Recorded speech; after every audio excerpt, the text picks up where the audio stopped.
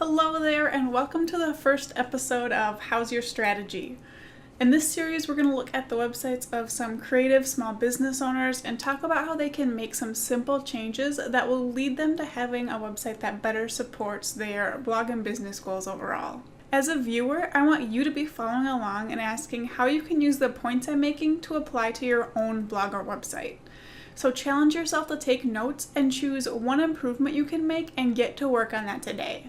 It doesn't have to be anything big and complicated, but it should take you one step closer to having a website that makes it easier to accomplish what you've set out to do online.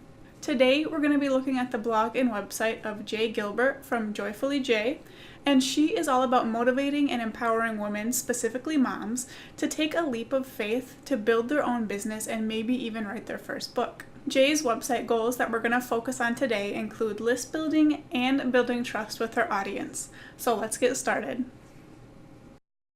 Alright, I am on Jay's website here, and we're going to start by going over some ways she could tweak her website to make it more effective for list building. So when you're growing your list, you really want to focus on having easy to find opt-in opportunities. So the first thing I usually look for are opt-ins in someone's header, sidebar, or footer. So this is Jay's homepage, which is perfect for what she's trying to do. Now, usually I don't like these landing page or welcome mat type pages because a lot of times people are advertising like a checklist or opt-in for update, something like that. And this type of opt-in page is too direct for something that's not high value. So this temporary call to action for something as high value as a workshop is absolutely perfect for what she's trying to do. So this is a really good start to list building. Workshops are great for that. And now we're going to go into her site and see what we've got going on.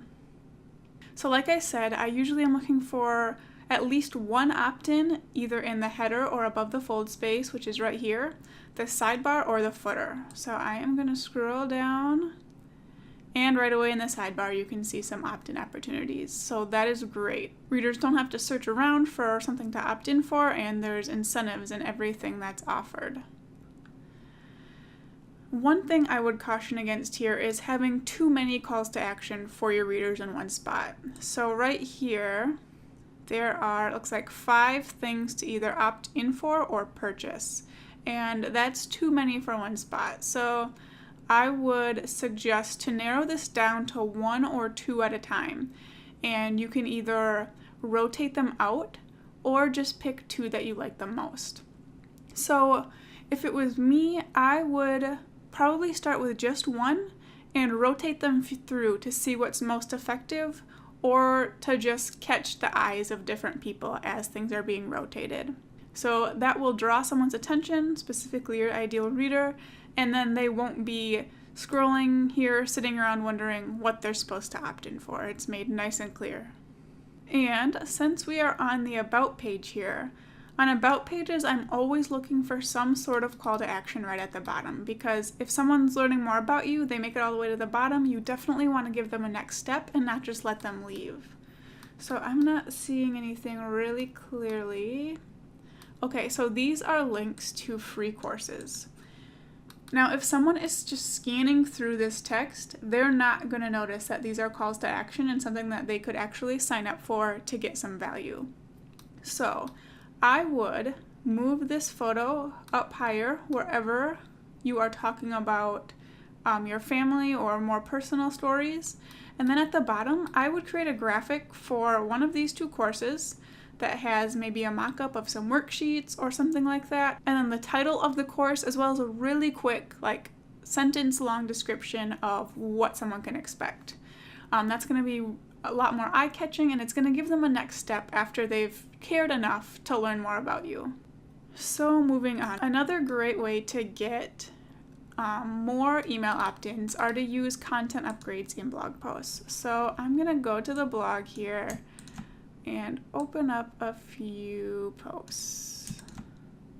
I'll start with 3. I know sometimes for myself, an opt-in or a content upgrade just doesn't fit quite right for a post, or I don't have time, so I'll look through 3 here.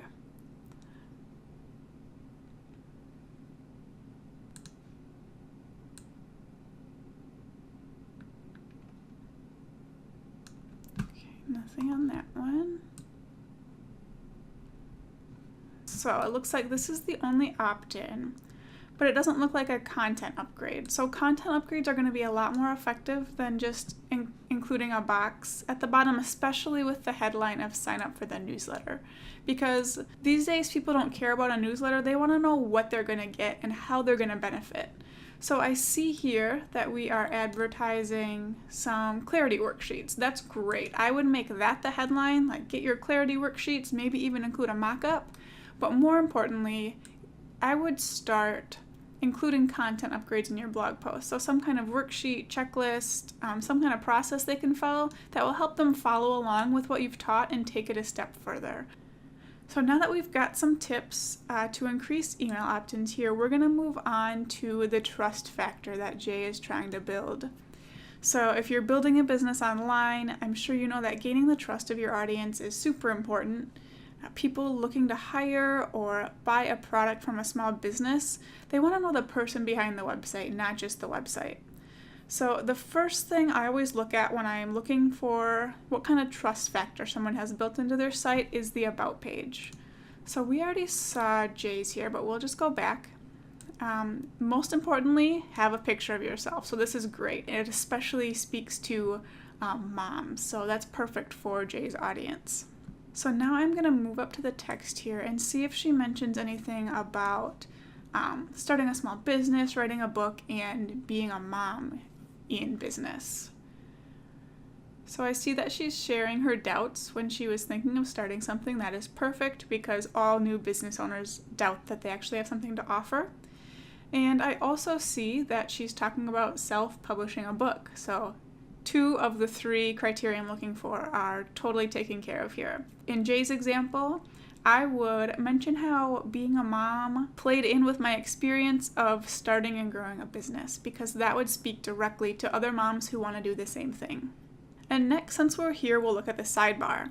So if you do have a sidebar on your website, that's a great place that you can build a little trust by including a picture of yourself and a really quick bio, which Jay is doing a great job of here. So the picture is perfect. People will kind of feel more connected to you already just because of that.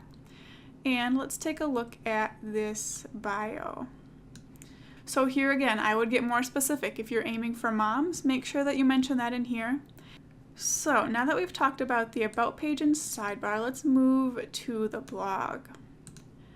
So blog content is really where your audience is going to be looking for you to prove your knowledge and prove yourself as an expert.